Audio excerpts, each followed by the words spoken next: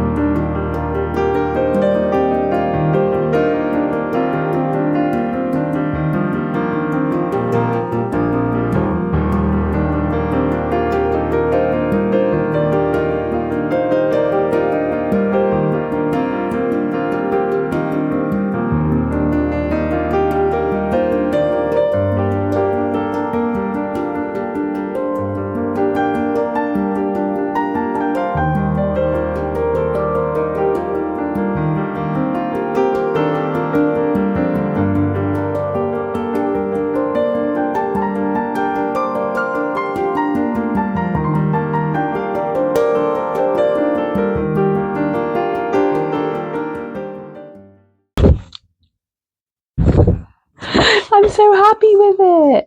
I'm so happy with how he turned out. Look, he's got a little bit of a sheen to him because, again, using those iridescent colours. I'm so happy with how this guy turned out. It's not very often that something from my brain translates to paper. If you're an artist, you probably get that. And on the first page of my sketchbook as well, to have a really nice first page. Just so happy with him. I'm so happy I filmed it as well. I was really nervous about filming a paint with me because if it went wrong, like you can't redo the first page of a sketchbook. But I'm so happy that he turned out really well. And this again, this is a style that I want to be going more into. So I've got an idea for some other birds. I want to do maybe an eagle. My hummingbird, I'm looking up here because it's up on my gallery wall. My bee still hummingbird, which is a really good seller in my shop. It is an illustrative, that's a hard word to say, version of a hummingbird. I'd really like to do a more realistic one along these lines of a hummingbird. Yeah, my mind is buzzing now. So happy with how he turned out. So thank you for joining me today to do this paint with me. It was really fun. It was quite quick actually. Real time on here. I haven't sped up the footage at all. So that is how quickly this guy came together, and I'm really, really happy with how he's turned out. So thank you for joining me. Maybe I'll do some other paint with me's as we do the other birds and fill up the sketchbook. I'm really hoping, I wasn't really 100% happy with my last sketchbook. I think I said at the start of the video that it was more illustrations in there, and I want to go back to doing more realistic pieces. Yeah, I really feel that my art style is going more in that way now as I'm growing with the artist and growing in confidence with my art. So I'm really excited to take you on the journey of my art style changing a little bit actually. So thank you for joining me. If you want to see more paint with me, please let me know down in the comments. As always, every like, comment and subscription really makes a difference to me. I am a part-time artist alongside working part-time in a school and full-time mum. So life is busy. And I'd love to follow my passion of doing art full-time one day. So every like, comment and subscriber gets me one step closer to that goal. So thank you very much. And I hope you have a lovely day, whatever you're doing. And I will see you in the next one. God bless. Love you. Bye.